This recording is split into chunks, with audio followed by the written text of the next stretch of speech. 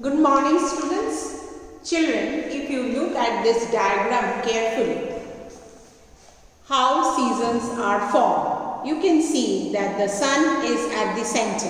As you know that the stars are fixed in a place and the planets revolve around the stars.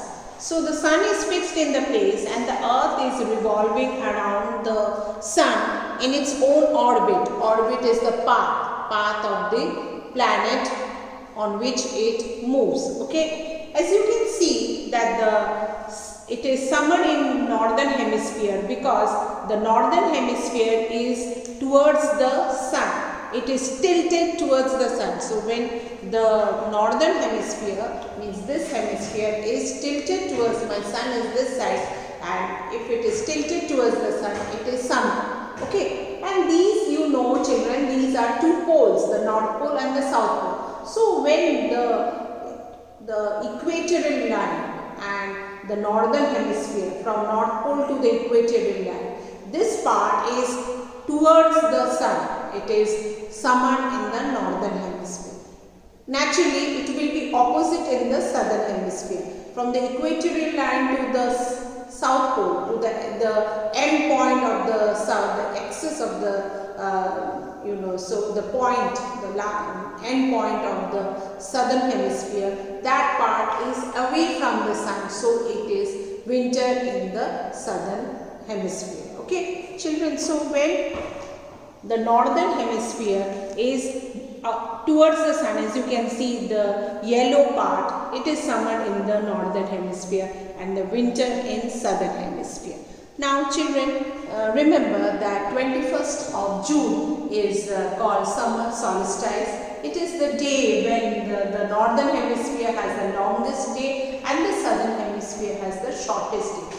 Exactly opposite, during the summer time, the days are longer and temperature is very high, and the nights are shorter, but it is warmer nights. Okay, exactly opposite will be in the winter time. Winters will have shorter days and very low temperature and longer nights and cooler nights. Okay, so when the north pole is towards the sun, it is summer in the northern hemisphere. The days are hotter as the sun rays fall directly on the north pole. There is sunlight most of the day and some parts of the evening. Children, if you go to the places in the towards the north pole, okay, these places they have daylight till 9 o'clock, 10 o'clock during the summer time, because this north pole, this is tilted. Tilted means towards the sun. So naturally this pole is getting sunlight.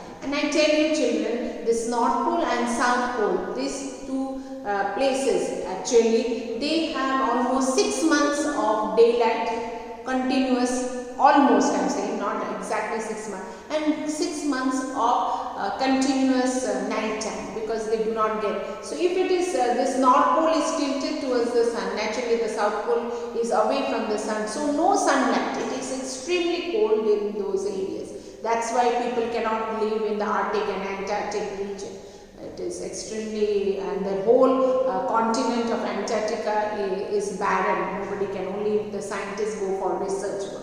So this north pole, the places near the north pole, they have continuous sunlight throughout the day and even late in the evening also. Okay, so that's why long days and warmer days, very warm temperature are during this time. The south pole is turned away from the sun, so the sun's rays do not reach the south pole, and there is not much daylight. Not much daylight is there, and it is winter in the southern hemisphere.